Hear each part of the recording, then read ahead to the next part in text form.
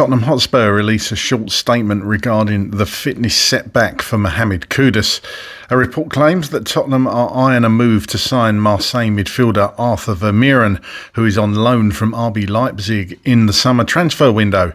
The cost of relegation for Tottenham Hotspur and what it would mean for player salaries and revenue streams. And one of the new Tottenham head coach Roberto De Zerbi's former players has hailed him as one of the best coaches in the world and claims he dazzled him with his methods. Here are your daily Tottenham news headlines.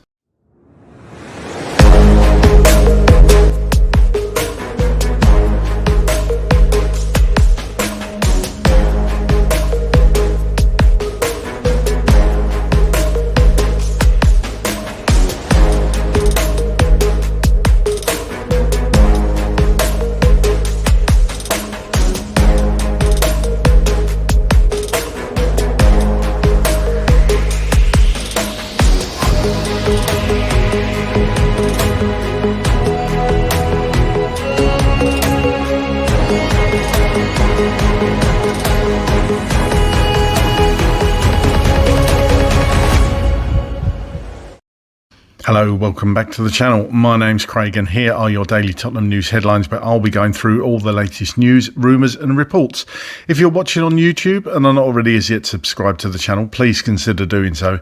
Like, share and comment below. And if you're listening on an audio platform, please do hit that follow button and leave a review if you can. And please make sure you turn on the notification bell so you get notified whenever we go live or upload a video to the channel. Okay, let's get into it. Okay, firstly, some not so good news. As I'm sure you're all aware, Tottenham Hotspur released the following statement regarding Mohamed Kudus.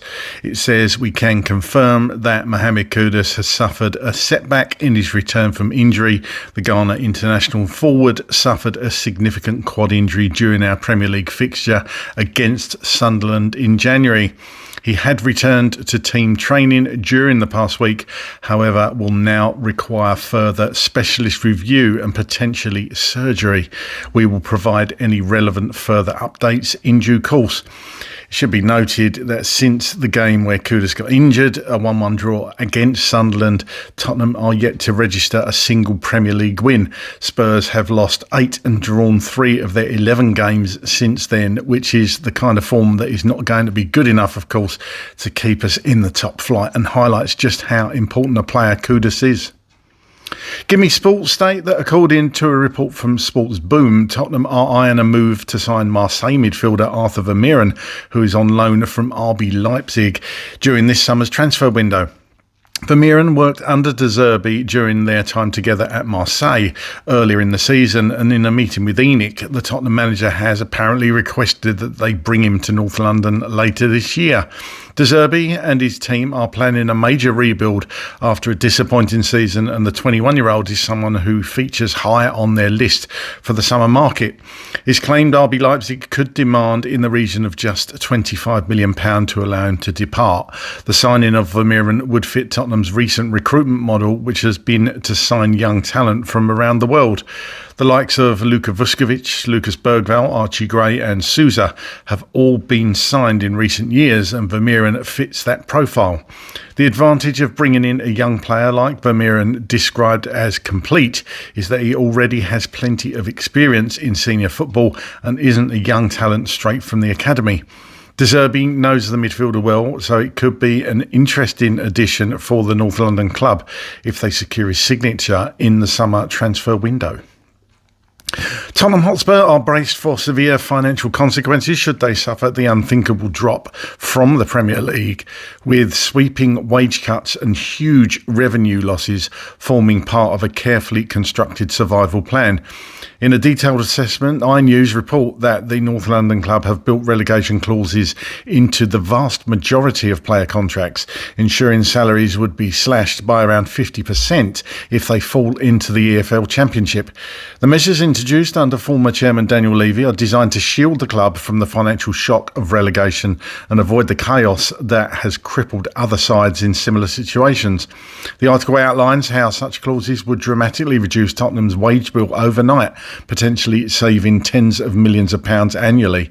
While painful for players, the system ensures the club can remain financially stable despite a sharp drop in income, maintaining compliance with football's profit and sustainability regulations. However, the wider financial picture is far more alarming.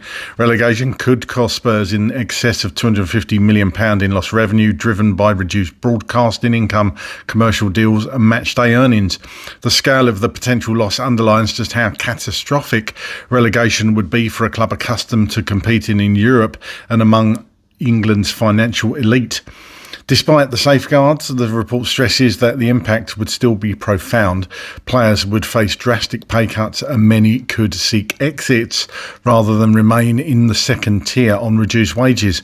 Even with clauses in place, Tottenham could still be forced into difficult transfer decisions, balancing the need to retain value in their squad with the realities of championship-level finances.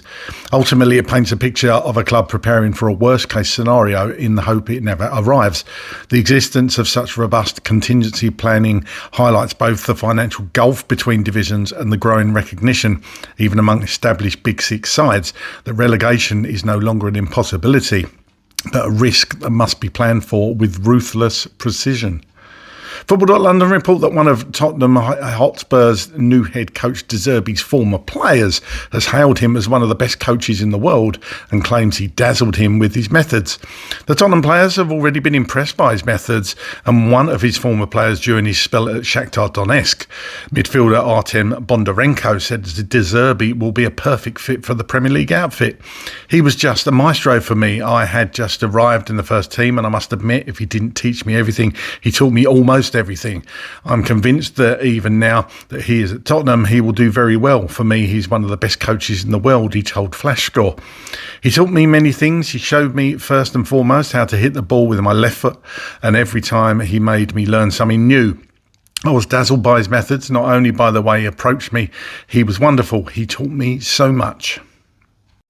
Okay, here's my thoughts on those stories today. As you would expect, not tons and tons of news. De Zerbi has in fact got his first Tottenham Hotspur press conference ahead of the Sunderland game this afternoon.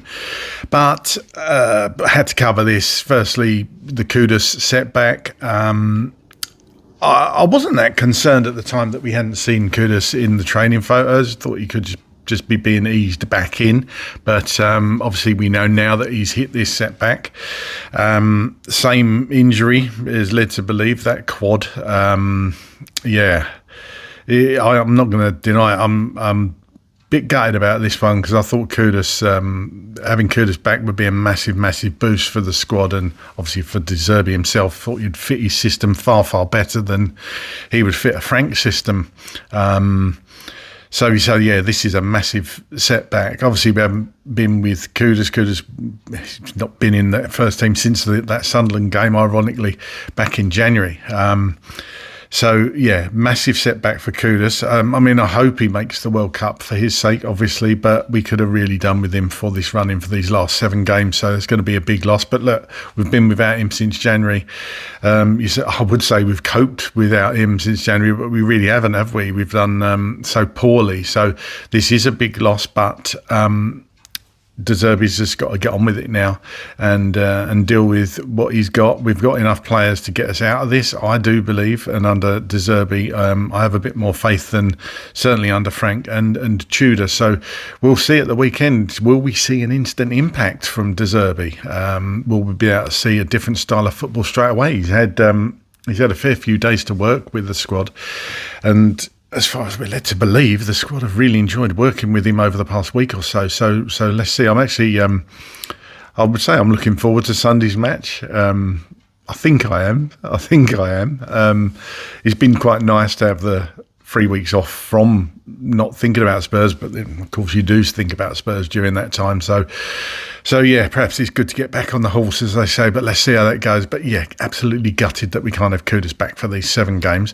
This Vermeeren interest, I don't really know the player that well, but if De Zerbi has identified a player, then what you want first and foremost, assuming we stay in the Premier League, And even if we don't, I guess the manager has to have a big say. I've always been a fan of the manager having a big say in the players that he wants and that he's going to play.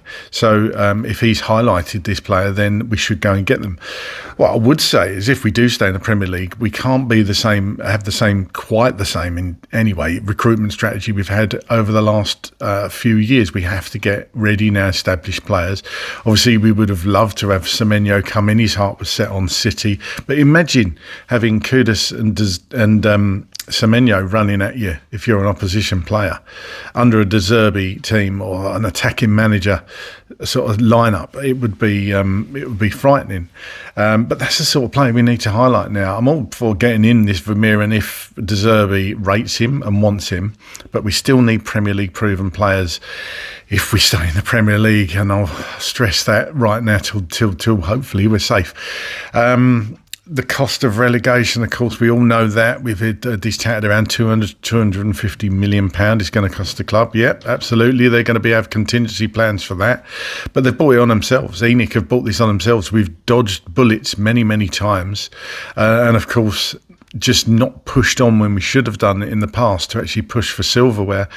And it's going to come back to bite you. It's going to come back to bite you. And, excuse me, it's going to with ENIC. They're going to be I'd love to be a fly on the wall in those boardrooms, put it that way, because they've failed us massively. And Vinay and Johan Langer